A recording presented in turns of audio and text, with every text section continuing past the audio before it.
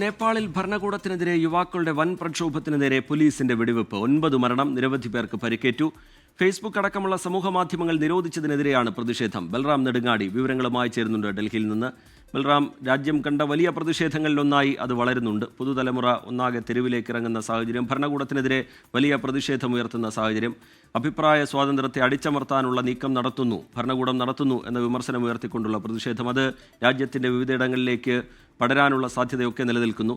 എന്താണ് ഏറ്റവും ഒടുവിലായി സംഭവിക്കുന്നത്? മരണസംഖ്യ 9 എന്ന നിലയിലേക്ക് ഉയർന്നു എന്നതാണ് പുതിയ ഒരു വിവരം. എന്താണ് ബൽറാം വിവരങ്ങൾ? റജിത്ത്, സമീപകാലത്ത് ദക്ഷിണേഷ്യയിൽ കണ്ട ഏറ്റവും വലിയ പ്രതിഷേധങ്ങളിൽ ഒന്നാണ് ഇന്ന് നേപ്പാളിൽ കണ്ടത്. നേപ്പാളിൽ പ്രധാനമായും ഇത്തരത്തിലൊരു വലിയ പ്രതിഷേധം പൊട്ടിപ്പുറപ്പെടാനുണ്ടായ അടിയന്തര സാഹചര്യം എന്നുള്ളത് സമൂഹ മാധ്യമങ്ങൾക്ക് എതിരെയുണ്ടായ നിരോധനം തന്നെയാണ്. ഫേസ്ബുക്ക്, ട്വിറ്റർ, യൂട്യൂബ് അടക്കം വാട്സപ്പ് അടക്കമുള്ള ജനങ്ങൾ കൂടുതലായി ഉപയോഗിക്കുന്ന 26ഓളം സമൂഹ മാധ്യമങ്ങളാണ് നിരോധിക്കപ്പെട്ടത്.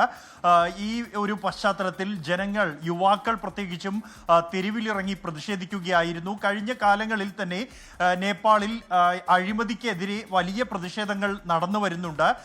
ഒപ്പം തന്നെ ഈ അധികാര വർഗത്തിൻ്റെ ആഡംബരം, അഴിമതി എന്നീ വിഷയങ്ങൾ ഉന്നയിച്ചുകൊണ്ടുള്ള പ്രതിഷേധങ്ങൾ നടക്കുന്നതിനിടെയാണ് ഇത്തരത്തിൽ സമൂഹ മാധ്യമങ്ങൾക്ക് എതിരെയുണ്ടായ ഒരു നിയന്ത്രണം.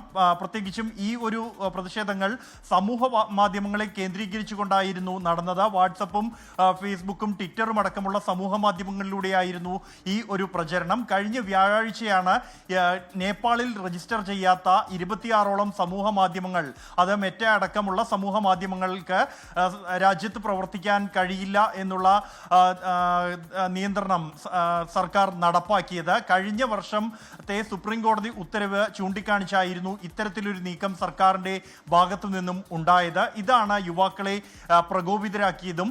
നിലവിലുള്ള ടിക്ടോക്ക് അടക്കമുള്ള 5 സമൂഹ മാധ്യമങ്ങൾ മാത്രമാണ് ഇപ്പോൾ നേപ്പാളിൽ ലഭ്യമാകുന്നത്. ഈ സമൂഹ മാധ്യമങ്ങളിലൂടെ പ്രചരണം നടത്തുകയും ജനങ്ങൾ തെരുവിലേക്ക് ഇറങ്ങുകയായിരുന്നു. നിലവിൽ ബൽറാം നെടുങ്ങാടി വിവരങ്ങൾ പങ്കുവെക്കുകയായിരുന്നു. ഇപ്പോൾ നേപ്പാളിലുള്ള മലയാളി രഞ്ജൻ എന്നാണ് അദ്ദേഹത്തിൻ്റെ പേര്. അദ്ദേഹം കാഠ്മണ്ഡുവിലാണ്. അദ്ദേഹം നമ്മളോടൊപ്പം ടെലിഫോൺ ലൈനിൽ ചേരുന്നുണ്ട്. ശ്രീ രഞ്ജൻ, വലിയ പ്രതിഷേധം അവിടെ ഈ യുവാക്കളുടെ നേതൃത്വത്തിൽ, പുതുതലമുറയിലെ ആളുകളുടെ നേതൃത്വത്തിൽ ഉയർന്നു വരികയാണ്. ഈ സർക്കാരിൻ്റെ അഴിമതി ചൂണ്ടിക്കാട്ടുന്നതിൽ, അതുപോലെ അഭിപ്രായ സ്വാതന്ത്ര്യത്തിന് വിലങ്ങ് തടിയിടുന്ന തരത്തിലുള്ള ഒരു തീരുമാനം ഭരണകൂടം നടപ്പാക്കുന്നു. അത് ഭയത്തിൽ നിന്ന് രൂപപ്പെട്ടതാണ് ഈ പുതിയ നിരോധനം എന്നുള്ള തീരുമാനം എന്നുള്ള വിമർശനമാണ് പ്രതിഷേധക്കാർ ഉയർത്തുന്നത്. പക്ഷേ അതിനെ ആയുധം ഉപയോഗിച്ച് നേരിടാൻ തന്നെയാണ് ഭരണകൂടം തീരുമാനിച്ചിരിക്കുന്നത്. എന്താണ് അവിടെ സംഭവിക്കുന്നത്?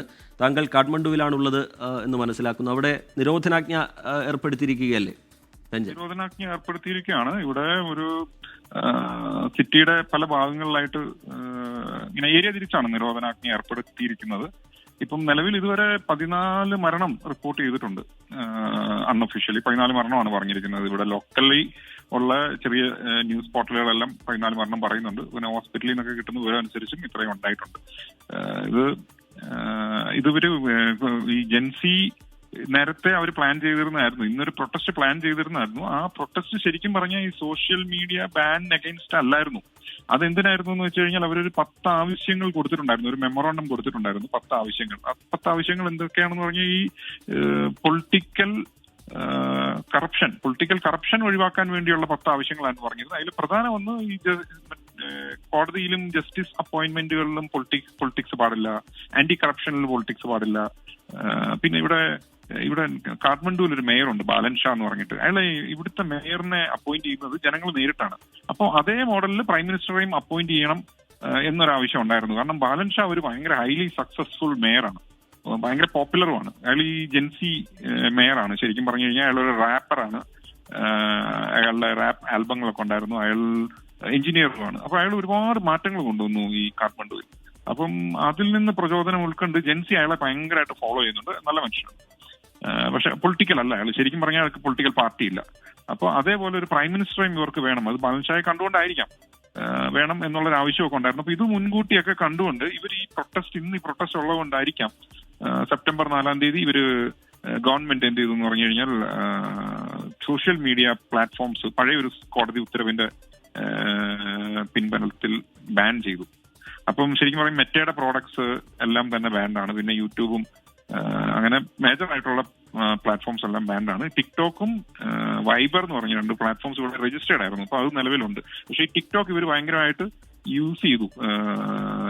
ജെൻസി അത് യൂസ് ചെയ്താണ് സ്റ്റോപ്പ് കറപ്ഷൻ, പ്രൊട്ടസ്റ്റ്, നെപ്പോ ബേബീസ് എന്നുള്ള ഹാഷ്ടാഗുകളിൽ വളരെ പോപ്പുലർ ആയിട്ട് ടിക്ടോക്കിൽ പ്രചരിപ്പിച്ച് ഇതിനെ ഈ മൂവ്മെന്റ് കോർഡിനേറ്റ് ചെയ്തു എന്ന് പറയാം.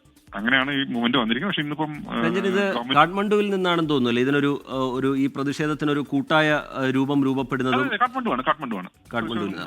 കാഠ്മണ്ഡുവിലാണ്.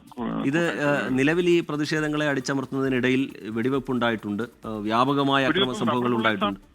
റബ്ബർ ബുള്ളറ്റ്സും ഇപ്പൊ ഞാൻ വർക്ക് ചെയ്യുന്ന ഓഫീസിന്റെ ഒക്കെ മുമ്പിൽ ഒരു ടിയർ ഗ്യാസ് ഒക്കെ പ്രയോഗിക്കുന്നുണ്ടായിരുന്നു. കാരണം പ്രതിഷേധക്കാരിപ്പം എല്ലാ റോഡുകളിലും എത്തിയെന്ന് തന്നെ പറയാം.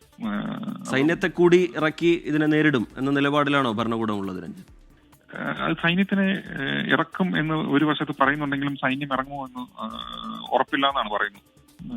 കാരണം ഇതിനകത്ത് ഒരു വശത്ത് ഇത് വളരെ യങ് ആയിട്ടുള്ള ഒരു ജനാധിപത്യമാണ് ശരിക്കും പറഞ്ഞു കഴിഞ്ഞാൽ. നേരത്തെ രാജാവ് ഭരിച്ചിരുന്നതുകൊണ്ട് അപ്പം രാജാവിന്റെ ലോയലായിട്ടുള്ള ഒരു വിഭാഗം വേറെയും ഉണ്ട്. അപ്പം അങ്ങനെ കുറച്ചൊരു സങ്കീർണമാണ്. ഇത് സ്പോൺസേർഡ് ആണ് എന്നൊരു വിമർശനം കൂടി ഭരണകൂടം ഉയർത്തുന്നുണ്ടെന്ന് തോന്നുന്നു. ഇത് സ്പോൺസേർഡേ അല്ല, ഭരണകൂടം ഉയർത്തുന്നുണ്ടോ എന്നാണ് ഞാൻ ചോദിച്ചത്. ഭരണകൂടം ഇത് ഇന്നലെ പ്രൈം മിനിസ്റ്ററിന്റെ മീറ്റിംഗിൽ പറഞ്ഞത് സ്പോൺസേർഡ് എന്നല്ല, ഇത് ബാലിശമായ വാദങ്ങൾ ഉന്നയിക്കുന്ന കുട്ടികളുടെ ഒരു പ്രകടനം എന്ന് മാത്രമേ പറഞ്ഞുള്ളൂ. ഇതിനൊരു വേറൊരു സംഭവം ഉണ്ടായെന്ന് വെച്ച് കഴിഞ്ഞാൽ കഴിഞ്ഞ ദിവസം ഒരു പ്രൊവിൻസിലെ ഒരു മന്ത്രി, കൊച്ചി എന്ന് പറഞ്ഞ പ്രൊവിൻസ് ഉണ്ട്, നമ്മുടെ സ്റ്റേറ്റ് എന്ന് പറയുന്ന പോലെ, ആ പ്രൊവിൻസിലെ ഒരു മന്ത്രി സഞ്ചരിച്ച കാറ് ഒരു സീബ്ര ക്രോസിംഗിൽ ഒരു പെൺകുട്ടിയെ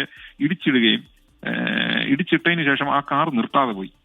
അപ്പം അത് ഭയങ്കര പ്രതിഷേധം ഉണ്ടാക്കി ഈ ജെൻസിയുടെ ഇടയിൽ. അതിന് ഈ പ്രൈം മിനിസ്റ്റർ വളരെ ലഘൂകരിച്ച് സംസാരിച്ചു. അതെന്താണ്, അത് സാധാരണ ഒരു റോഡ് ആക്സിഡന്റ് ആയിരുന്നു, അതിനുവേണ്ടി ഇത്രയും പ്രശ്നം ഉണ്ടാക്കേണ്ട കാര്യമില്ല എന്ന് പറഞ്ഞു. അപ്പം ഇതെല്ലാം കൂടെ പ്രതിഷേധത്തിന് ആക്കം കൂട്ടിയെന്ന് പറയാം.